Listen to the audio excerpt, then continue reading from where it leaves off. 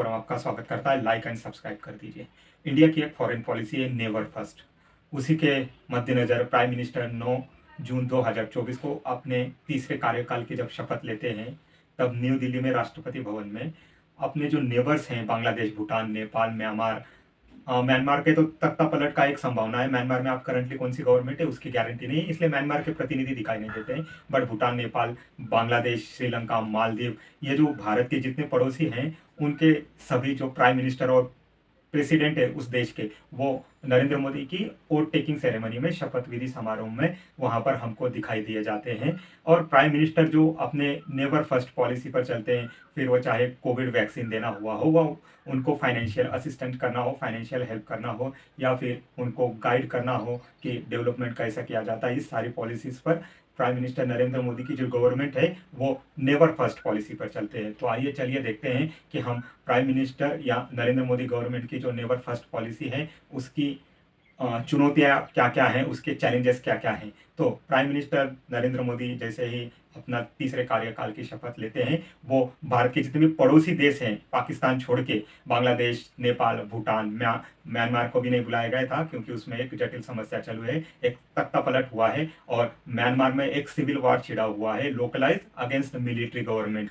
तो म्यांमार के भी प्रतिनिधि दिखाई नहीं दिए थे, भूटान, बांग्लादेश, इन देशों के प्रतिनिधि दिखाई दिए थे, पाकिस्तान के प्रतिनिधि दिखाई नहीं दिए थे। आपने देखा था कि 2014 में जब प्राइम मिनिस्टर फर्स्ट टाइम शपथ लेते हैं as a prime minister Narendra Modi, तब उन्होंने सार्क के जो मेंबर हैं उनको बुलाया हुआ था, इंक्लूडिंग पाकिस्तान। उस टाइम के पाकिस्तान के जो प्रधानमंत्री थे नवाज शरीफ, वो prime minister Narendra Modi one की जब गवर्नमेंट स्थापित हो रही थी, शपथ विधि हो रहा था 2024 में, वो आते हैं। उसके बाद प्राइम मिनिस्टर जब 2019 में दूसरी बार शपथ लेते हैं तो पाकिस्तान को बुलाया नहीं जाता है, क्योंकि उसी के दौरान बालाकोट वगैरह ये जो एयर स्ट्राइक हुई थी और पुलवामा अटैक जो हुआ था, उसको मद्देनजर रखते हुए भारत और पाकिस्तान के जो रिलेशंस थे वो बहुत ही ज़्यादा खराब हो गए थे। अब नरेंद्र मोदी जब तीसरी बार शपथ विधि लेते हैं तब भी पाकिस्तान को बुलाया नहीं जाता है, और पाकिस्तान छोड़ के इंडिया के जितने सारे नेबर्स हैं सबको इन्वाइट किया जाता है, और सबके राष्ट्र प्रमुख जो हैं वो नरेंद्र मोदी के शपथ विधि समारोह में उपस्थित रहते हैं, अपनी उपस्थिति दर्ज करा सकते हैं। फिर चाहे वो मालदीव के राष्ट्रपति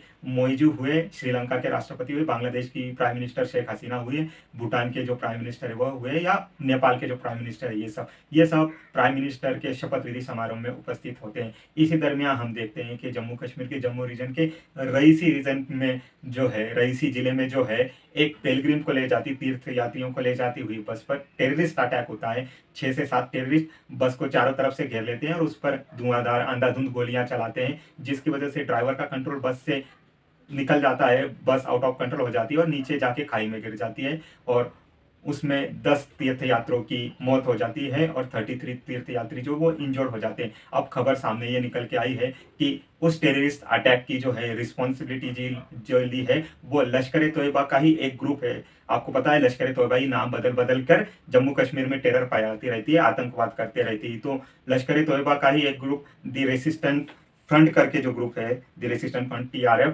इसने इसकी रिस्पॉन्सिबिलिटी ली हुई है। और ऐसे वो अटैक जो पेलग्रिम्स है या जो टूरिस्ट आते हैं जम्मू कश्मीर में, या नॉन कश्मीरी लोग जो जम्मू कश्मीर में आते हैं, उनके ऊपर करती रहेगी, ऐसी गवर्नमेंट ऑफ इंडिया को वार्निंग दी हुई है। गवर्नमेंट ऑफ इंडिया के जितने भी सिक्योरिटी पर्सन्स है, इंटेलिजेंस है, वो सारे हाथ धो के इन टेररिस्ट को पीछे पड़ गए हैं, ड्रोन से लेकर हेलीकॉप्टर तक। ये जो पीर पंजाल का रीजन है जहाँ पर टेररिस्ट इन जंगलों में, इन पहाड़ों में, केव्स में, गुफाओं में छुपे होने की पॉसिबिलिटी है, ढूंढ रहे हैं। चप्पा चप्पा खंगाला जा रहा है, इन टेररिस्टों को न्यूट्रलाइज करने का, मारने का एक रोड मैप तैयार किया जा रहा है। जब से आर्टिकल 370 जम्मू कश्मीर से हटा है, तब से हमने देखा है कि जम्मू कश्मीर में एक टाइप से जो पथराव होता था, या जो जुम्मे की नमाज के बाद एक टाइप से सुरक्षा बलों पर विरोध प्रदर्शन किया जाता था, पथराव किया जाता था, स्टोन पेल्टिंग होती थी, वो सारा बंद हो चुका है। 3-4 सालों से हमने देखा हुआ है। उसके बाद शायद ही ये मेजर अटैक हुआ होगा जो कि पेलग्रिम कर किया गया। इससे पहले सिक्योरिटी पर्सन्स पर अटैक किए गए थे, जहां पर 2-3 बार अटैक में 4-5 सिक्योरिटी पर्सन्स को शहादत देनी पड़ी थी। अब ये जो रिसेंटली अटैक हुआ है उसमें 10 पेलग्रिम्स जो है, तीर्थयात्री जो है, उनको अपनी जान गंवानी पड़ी है।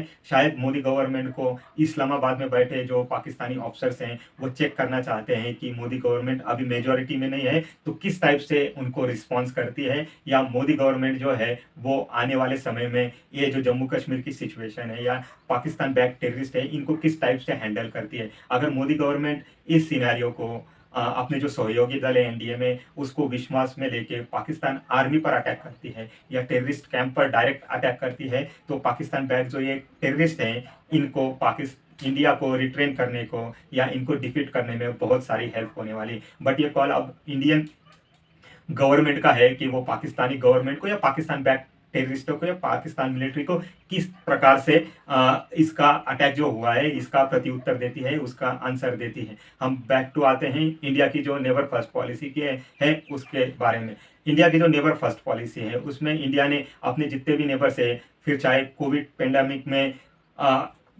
वैक्सीन भेजना हो, इकोनॉमिक उनको हेल्प करना हो, पैकेज देना हो, या इकोनॉमिक और फाइनेंशियल एड करना हो, या उनके देश में इंफ्रास्ट्रक्चर सुधारने के लिए, इंडस्ट्री लगाने के लिए इंडिया की तरफ से हेल्प करना हो, इंडिया ने वो सारी चीज़ें अपने पड़ोसी देश को एक बड़ा दोस्त के नाते जरूर की हुई हैं, चाहे वो मालदीव हो, श्रीलंका हो, बांग्लादेश हो, नेपाल हो या भूटान हो। तो हम स्टार्ट करते हैं मालदीव से। मालदीव की जो प्रेसिडेंट है मोहम्मद मोइजू, ये जो इलेक्शन में जीत के आए हैं इनका पूरा का पूरा कैंपेन इंडिया आउट कैंपेन में लगा हुआ था। इंडिया को अपोज करके ही वो सत्ता में आए हुए हैं। फिर भी हमने देखा है कि मोदी गवर्नमेंट के शपथ विधि समारोह में मालदीव के जो राष्ट्रपति हैं मोहम्मद मोइजू वो मौजूद रहते हैं और प्रधानमंत्री से उनका एक तरह से अच्छे से राब्ता रहता है। श्रीलंका में भी हमने ऐसा ही देखा है कि श्रीलंकन गवर्नमेंट का जो हम्बनटोटा पोर्ट है वो चीनियों के हाथों चला गया है, चाइनीज लोगों के हाथों चला गया है, और श्रीलंका एक टाइप से बैंकक्रप्ट हो गया था 3-4 साल पहले, लेकिन इंडिया ने उसको बिलियंस ऑफ डॉलर की हेल्प करके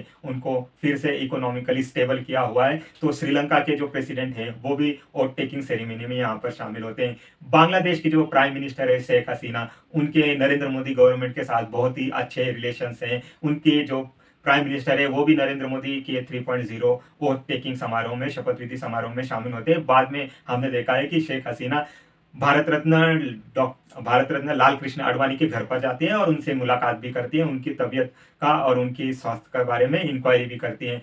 भूटान के प्राइम मिनिस्टर जो हैं वो भी इस सेरेमनी में हाजिर होते हैं। उन्होंने रिसेंटली एनडीटीवी को एक इंटरव्यू दिया है। रिसेंटली इंटरव्यू में उन्होंने बताया है कि प्राइम मिनिस्टर नरेंद्र मोदी उनके लिए as a mentor, as a guru करके हैं, क्योंकि नरेंद्र मोदी का विजन क्लियर है। नरेंद्र मोदी 2047 तक इंडिया को एक विकसित भारत बनाना चाहते हैं, और नरेंद्र मोदी का अपने पड़ोसी देशियों को लेकर भी एक विजन क्लियर होने की वजह से वो नरेंद्र मोदी को एज अ बिग ब्रदर, अपना बड़ा भाई समझते हैं, अपना मेंटर समझते हैं, अपना गुरु समझते हैं, क्योंकि इंडिया का भूटान के गवर्नमेंट में बहुत अच्छा खासा इन्फ्लुएंस है। और भूटान की जो स्ट्रेटेजिक लोकेशन है वो इंडिया के लिए बहुत ही इंपॉर्टेंट मायने रखती है, क्योंकि इंडिया का जो चिकन नेक है उसकी स्टार्ट जो होती है भूटान के साइड से ही होती है। तो भूटान और नेपाल जो है इंडिया के लिए स्ट्रेटेजिकली इस रीजन में बहुत ही ज़्यादा मायने रखता है, क्योंकि वहीं से तिब्बत जो कि करंटली चाइना के ऑक्यूपेशन में है, चाइना ने जिस पर कब्जा करके रखा है, उसकी बाउंड्री चालू होती है। और चाइना आए गए दिन जो है भूटान को प्रेशराइज करता है कि वो चिकन नेक का जो भूटान का एरिया है वो इसको दे दे, और बदले में चाइना उसको दूसरी जमीन देने का नेगोशिएशन करते रहता है। सेम नेपाल के बारे में भी होता है। चाइना का बहुत सारा इन्फ्लुएंस नेपाल के गवर्नमेंट में है, और चाइना पैसे देके या बीआरआई में शामिल करके नेपाल में भी अपना एक दबदबा बनाना चाहता है, इन्फ्लुएंस बनाना चाहता है। उसने ऑलरेडी श्रीलंका का हम्बनटोटा पोर्ट ले लिया है। मालदीव में भी उसकी सैन्य उपस्थिति, मिलिट्री अलायंस वहां पर मौजूद है। चाइना ने इंडिया के आजू बाजू एक स्ट्रिंग ऑफ पर्ल्स बना लिया है। हम स्टार्टिंग से ही देख लेते हैं, पाकिस्तान के ग्वादर पोर्ट पर चाइना ऑलरेडी प्रेजेंट है। उसके बाद चाइना का प्रेजेंट जो है जिबूती में देखा गया है। उसके बाद चाइना का प्रेजेंट जो है इंडियन ओशियन में मालदीव में है, श्रीलंका के हम्बनटोटा में है। उसके बाद वो म्यांमार में उसका एक प्रेजेंस देखा गया है, थाईलैंड में प्रेजेंट देखा गया है। उधर फिर उसका जो प्रेजेंस है वो साउथ चाइना सी में बहुत ही स्ट्रॉन्ग प्रेजेंस है। 9 डैश लाइन का वो पूरा 90% साउथ चाइना सी में अपना प्रेजेंस दिखाई देता है, अपना प्रेजेंस एस्टैब्लिश करता है, क्लेम करता है। और जितने भी साउथ चाइना में छोटे मोटे कंट्री हैं उनको वो उनका शेयर भी देना नहीं चाहता है। उनकी जो ओशियन बाउंड्रीज है उस पर चाइना खुद अपना क्लेम करता है। इस जो स्ट्रिंग ऑफ पर्ल्स है इसको तोड़ के लिए, इसके जवाब के लिए इंडिया ने नेकलेस ऑफ डायमंड डेवलप किया हुआ है। नेकलेस ऑफ डायमंड जो है ओमान से चालू होता है, इंडियन ओशन के ओमान से लेके ये जो नेकलेस शेसेल्स लेके इंडियन ओशंस में जो अंडमान तक, और ऊपर में जापान से लेके साउथ ओशियन सी में लेते हुए फिलीपींस, जापान लेते हुए मंगोलिया तक इंडिया ने, आपको फोटो में दिख रहा होगा, मैं आपको दिखा देता हूँ, इंडिया ने भी नेकलेस ऑफ डायमंड क्रिएट किया हुआ है ताकि वो चाइना को घेर सके, और चाइना जो स्ट्रिंग ऑफ पल्स बनाया हुआ है उसका आंसर दे सके और चाइना को एक कड़ी टक्कर दे सके। लेकिन इंडिया के लिए चुनौतियां बहुत सारी होने वाली हैं, क्योंकि चाइना और पाकिस्तान का एक अलायंस है और इकोनॉमिकली ये जो इंडिया के पड़ोसी जितने कंट्रीज है वो इकोनॉमिकली बहुत ही अच्छे नहीं है, इकोनॉमिकली वीक कंट्री है।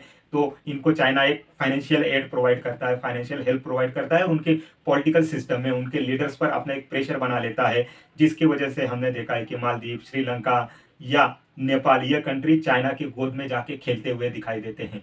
तो इसकी वजह से चाइना की तरफ से और पाकिस्तान की तरफ से एक अलायंस की तरफ से, चाइना पाकिस्तान अलायंस की तरफ से इंडिया को एक कंसर्न हमेशा ही रहता है हिमालयन रीजन में। और इंडियन ओशन रीजन में भी इंडिया को जब से श्रीलंका और मालदीव चाइना की गोद में जाके बैठा है वहां पर एक इंडिया को कंसर्न दिखाई दे रहा है। पिछले 3-4 सालों से इंडिया को श्रीलंका और मालदीव एक चैलेंज करके उभरे हुए हैं। और इंडियन ओशन की जो स्ट्रेटेजिक लोकेशन है जो कि अटलांटिक ओशन और स्पेसिफिक ओशन के बीच में इंडियन ओशन को लाके खड़ा करती है, इसके वजह से भी ये जो इकोनॉमिकली इंडियन ओशन का इंपॉर्टेंस बहुत ही ज़्यादा बढ़ जाता है, क्योंकि यहाँ से दुनिया का 30 से 40% व्यापार होता है, बिजनेस होता है। ये जो सी लेन्स है जो कि गल्फ कंट्री से जितना भी ऑयल है, चाहे वो इंडिया आना हुआ हो या साउथ एशियन कंट्रीज में जाना हुआ हो या चाइना जापान जाना हुआ हो, ये इंडियन ओशन से ही जाते हैं। तो इंडिया को इस जो सी लेन्स है इनकी सिक्योरिटी प्रोवाइड करनी होती है, उनको एक सिक्योरिटी देनी होती है, क्योंकि हमने देखा है कि इतने में यहाँ पर जो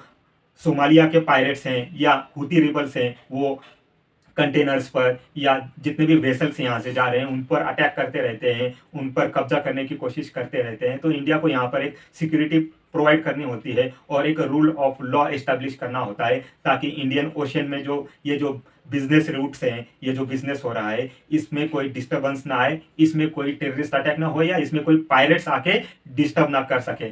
और इंडिया का जो ये इंडियन ओशन है वो पैसिफिक और अटलांटिक ओशन के बीचों बीच आने की वजह से इंडिया को बहुत ही ज़्यादा कंसर्न रहता है इस इंडियन ओशन में, क्योंकि यहाँ पर अमेरिका भी अपना इन्फ्लुएंस बढ़ाना चाहता है, चाइना ऑलरेडी अपना इन्फ्लुएंस इस एरिया में बढ़ा चुका है। तो आने वाले समय में इंडिया अपनी नेबर फर्स्ट पॉलिसी और ये जो चुनौतियां हैं इसको किस टाइप से निपटता है, खासकर ये जो अलायंस बना हुआ है चाइना और पाकिस्तान का, इसको किस टाइप से न्यूट्रलाइज करता है, किस टाइप से इनको कड़ी टक्कर देता है, ये हम आने वाले समय में देखते रहेंगे, एनालिसिस करते रहेंगे। अभी के लिए इतना ही। आप मेरा channel transmedia forum like subscribe कर दीजिए। Thank you very much.